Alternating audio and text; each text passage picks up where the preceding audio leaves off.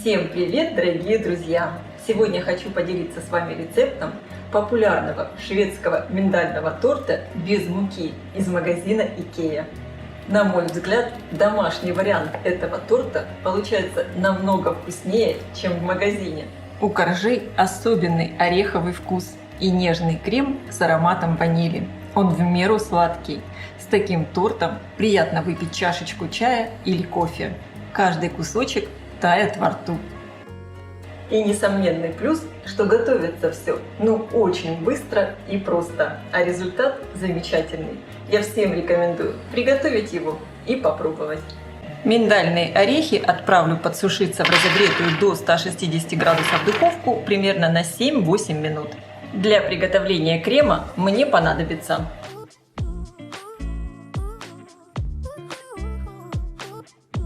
в сотейник с толстым дном отправляю желтки, добавляю сахар и соль. Хорошо перемешиваю. Я использую крупные яйца. Вес желтков у меня получился 100 граммов. Добавляю сливки. Для рецепта я использую жирные сливки, но вполне подойдут и сливки жирностью от 10%. И также добавляю 1 чайную ложку экстракта ванили. Можно использовать и ванильный сахар. Перемешиваю. Поставила сотейник на плиту и при непрерывном помешивании доведу эту массу до кипения. Очень важно непрерывно все перемешивать, чтобы желтки не свернулись. Пошли пузыри, снимаю массу с плиты. Продолжаю перемешивать, так как кастрюля еще горячая. Переливаю заварную основу в миску. Вот эта заварная основа получается достаточно густая. Закрываю все пищевой пленкой в контакт, чтобы не образовывалась корочка, и оставляю остывать до комнатной температуры. А масло, наоборот, оставляю прогреваться до комнатной температуры. Остывшие орехи измельчу в блендере.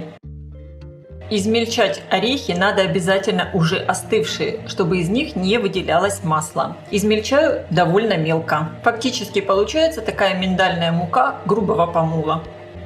Для приготовления теста мне понадобится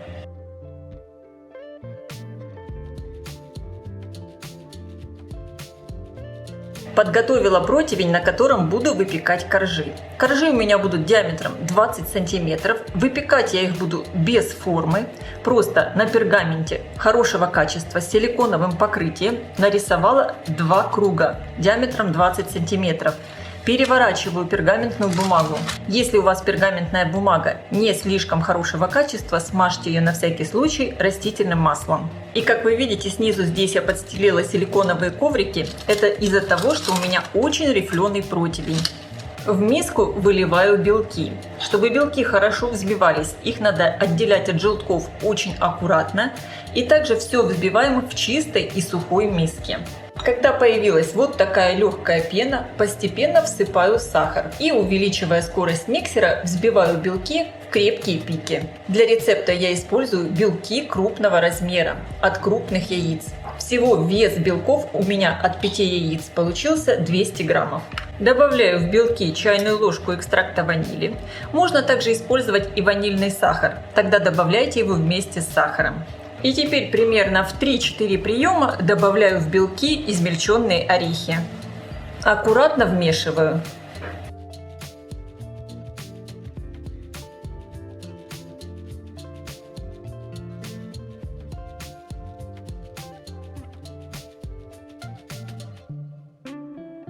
В итоге должна получиться вот такая очень легкая и воздушная белково-ореховая масса. Выкладываю массу на противень, можно сказать, такое белковое тесто. Оно довольно плотное и не растекается. Массу я разделила на 2 равные части. И теперь аккуратно формирую 2 коржа. Стараюсь не выходить за очерченные круги. Если вам так неудобно выпекать коржи, вы можете использовать формы. И сейчас коржи я отправляю выпекаться в хорошо разогретую до 180 градусов духовку примерно на 20-25 минут.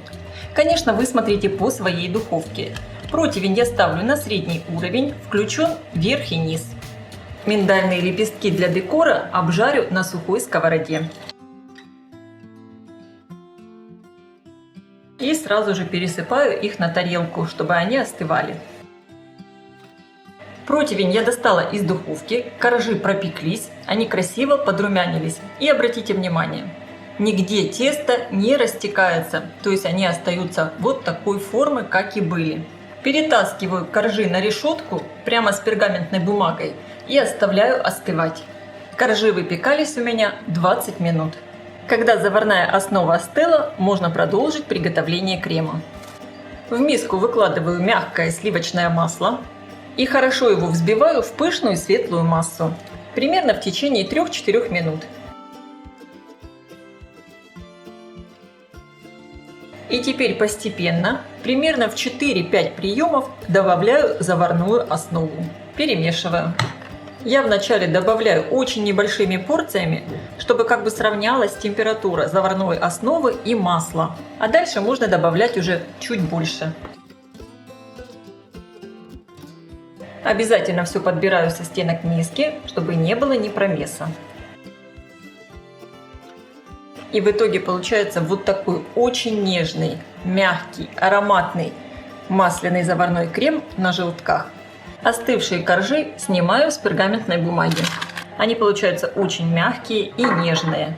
Хорошо снимаются с пергамента. Выкладываю первый корж на тарелку. Половину крема выкладываю сверху на корж. Аккуратно разравниваю. Выкладываю второй корж. С помощью крема выравниваю бока торта. И сверху распределяю весь оставшийся крем. Разравниваю.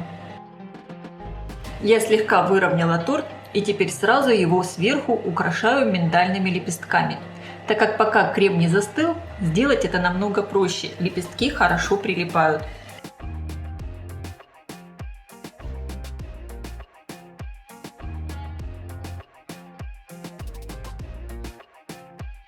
Мой торт готов.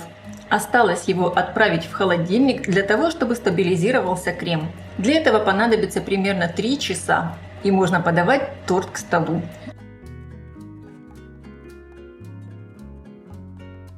Я лично просто обожаю этот торт. Этот торт такой вкусный, в меру сладкий. У него насыщенный ореховый вкус с нежным ароматом ванили. Обязательно его приготовьте и попробуйте. Я желаю всем приятного аппетита. Ставьте лайки, пишите ваши комментарии. Делитесь этим новым видео с вашими друзьями в социальных сетях.